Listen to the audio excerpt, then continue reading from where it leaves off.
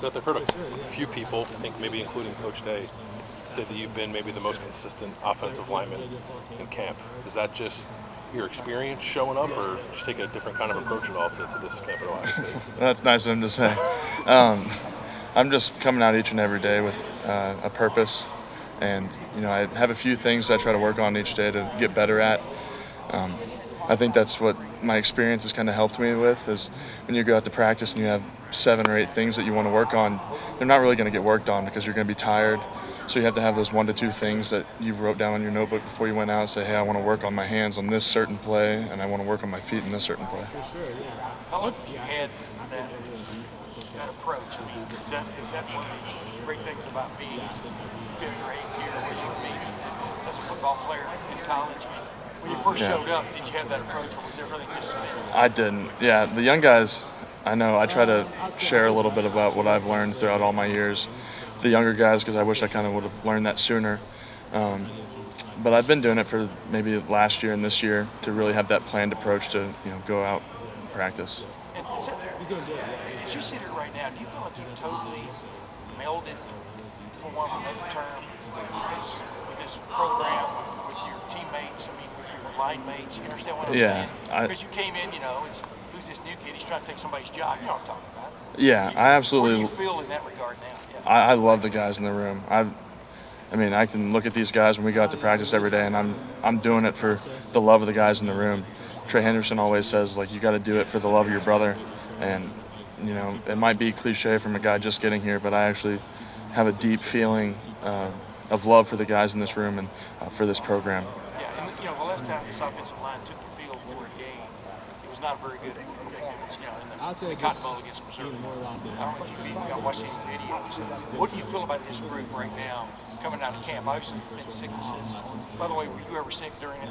I was. I had a little stomach virus, but I didn't miss any time. So what do you feel about this group now? It almost feels like the linchpin of whether y'all take that big step is laying on y'all's shoulders. Does it feel like that?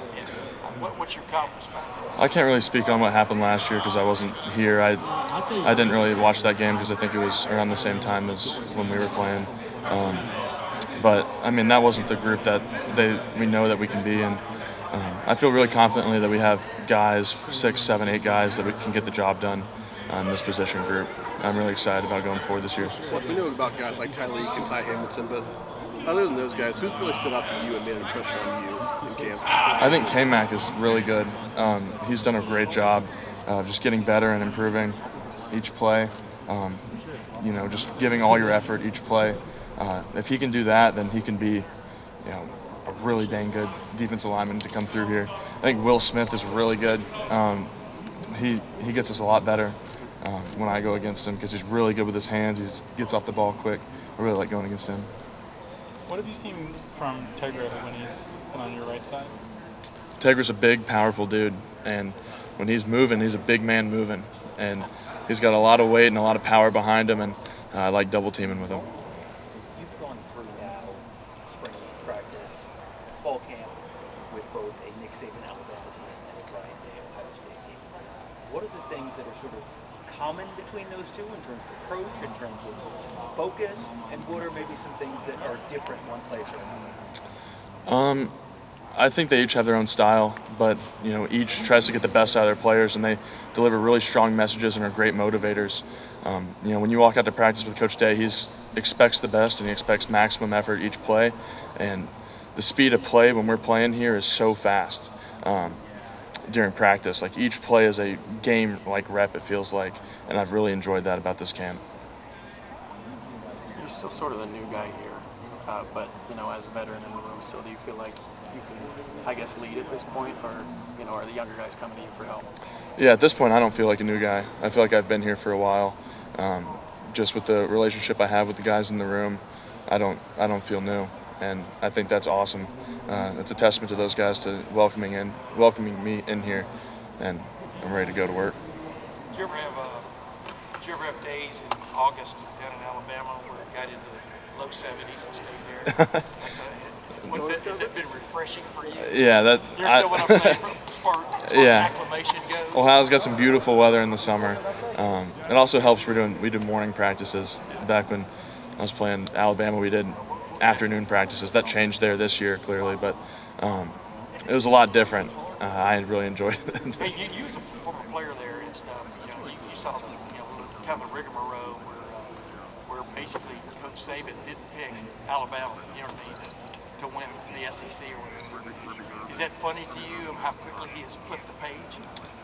That might just be his form of rat poison for the team to get those guys going and to work really hard. He loves Alabama, so he just wants them to do good. It's probably his form of motivation now that he's not in the room every day. What's the best rat poison you've heard about Ohio State this preseason? Number 2 in the polls. You have the number 1 ranked defense in some people's minds. Number 5, 6, or 7 offense. How do you fight the rat poison of everybody already ordained? You can't miss playoffs. Yeah, you can't listen to it. You're going to have those expectations, and I think we've done a good job of not, thinking about those expectations. Because if you approach every day like you're the best in the country, if our best right now doesn't improve, there's going to be a team that's not as good as us right now that's improving along the season that's going to beat us when we play them. So you have to approach it like we're not the best form of this team that we can be in. If we acted like we're going to be the best team, this team today is going to be the best team at the playoffs, it's not going to work out for you. You have to have the best form of this team in the playoffs, and that's really what we try to push for. When was that moment in camp when you felt Will Howard you personally felt Will Howard become the starting quarterback? Obviously, it was announced last week and stuff. Did you feel him incrementally just sort of take charge? What was that like? I think Will's done a good job. I think he's handled the competition really well, going about just controlling what he can control. When you get in the huddle, you can kind of feel that, like, his motivation, like, hey guys, we got to get this one. Like, you kind of feel that pushing forward, and I think he did a really good job of that. But I think all the other guys did a really good job too. I think they all put their best foot forward, and Devin had a really good camp, Julian had a really good camp, Air had a really good camp, Lincoln had a really good camp. Like, all those guys were pushing and working really hard, and I think all those guys can be successful quarterbacks. Seth, what have you seen from Luke Montgomery? What were your first impressions of him trying out center? Luke's done a good job. He's really athletic. I think when he's playing with the right technique, he can dominate people. So he's just got to keep making steps to get better at his technique, because when he puts it together, he's a really, really, really good player. In practice, when you guys are good on good, I mean, Larry's guys are so good on the D-line.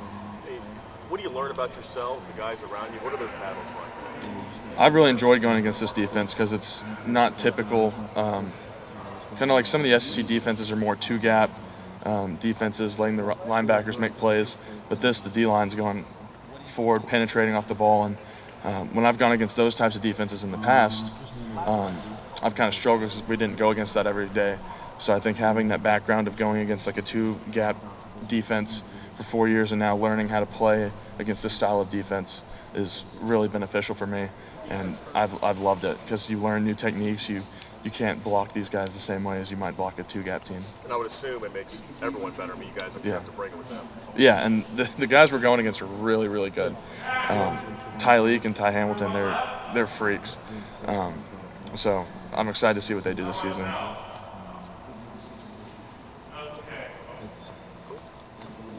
Thanks, sir. Appreciate it. Thank you.